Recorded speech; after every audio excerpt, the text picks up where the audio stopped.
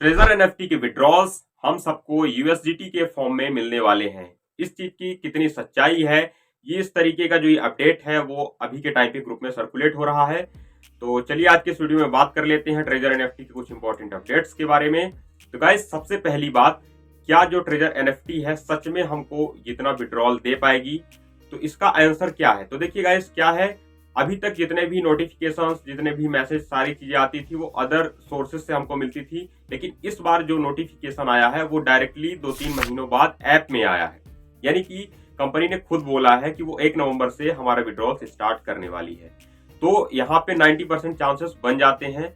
अब बात रही यूएसडीटी में विड्रॉल मिलेगा या फिर टीयूएसडी में मिलेगा, तो किसी भी फॉर्म में मिल सकता है, लेकिन ज्यादातर चांसेस हैं कि यूएसडीटी में ही विड्रॉल हम सबको मिलेगा। क्योंकि अगर टोकन में विड्रॉल दे दिया गया तो सारे के लोग यहाँ पे टोकन को सेलिंग करने लगेंगे, जिससे उसका जो प्राइस है वो काफी डाउन हो जाएगा।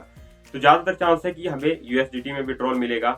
अब इसके बाद कुछ फैक्ट की बात कर लेते हैं। तो यहाँ पे आप साइड में कंपनी का जो ये वॉलेट है इसको देख सकते हैं।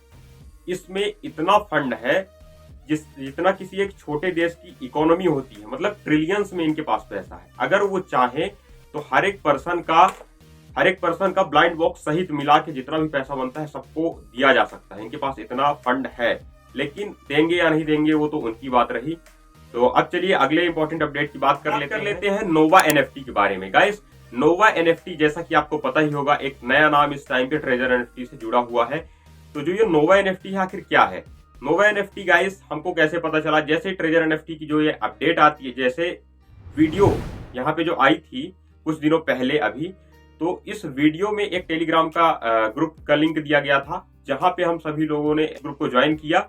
उस ग्रुप में जितने भी एडमिन्स थे सारे के सारे नोवा एनएफटी से रिलेटेड थे। धीरे धीरे उस ग्रुप में अपडेट भी आने लगी कि जो हमारा ट्रेजर एनएफटी है वो सारी डिटेल सबको सिंक्रोनाइज किया जा रहा है डाटा को नोवा एनएफटी में। तो नोवा एनएफटी के लिए खुल की कंपनी ने कभी भी नोटिफिकेशन नहीं दिया है, लेकिन ग्रुप्स के माध्यम से और अदर चीजों के माध्यम से नोवा एनएफटी हमको मिलता है देखने को। और अभी जो यहाँ पे नया नोटिफिकेशन आया है विड्रॉल से रिलेटेड, वहां पे भी ईमेल की जगह में नोवा एनएफटी ही दिया है। तो नोवा एनएफटी ट्रेजर एनएफटी से ही जुड़ा हुआ है।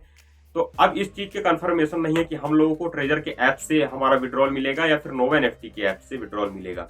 वैसे तो देखा जाए तो जिनके जैसे कि प्ले स्टोर से ट्रेजर एनएफटी का ऐप हटा दिया गया था, लेकिन आईफोन के ऐप स्टोर में, एप्पल स्टोर में, वहां पे पहले से ट्रेजर एनएफटी का जो ये ऐप है वो भी अभी तक मौजूद है।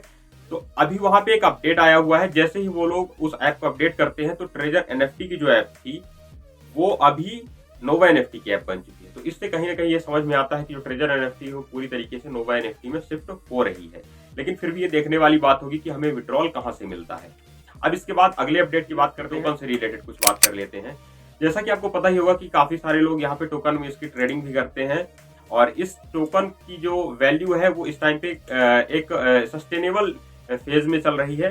जैसे ही ट्रेजर एनएफटी से रिलेटेड कोई भी अच्छी खबर आती है, इस टोकन की जो प्राइस है वो तुरंत पंप होती है और धीरे धीरे फिर डंप होने लगती है। उसका कुछ रीजंस है, क्योंकि जो कंपनी के बड़े होल्डर्स हैं वो इसको लगातार सेल किए जा रहे हैं।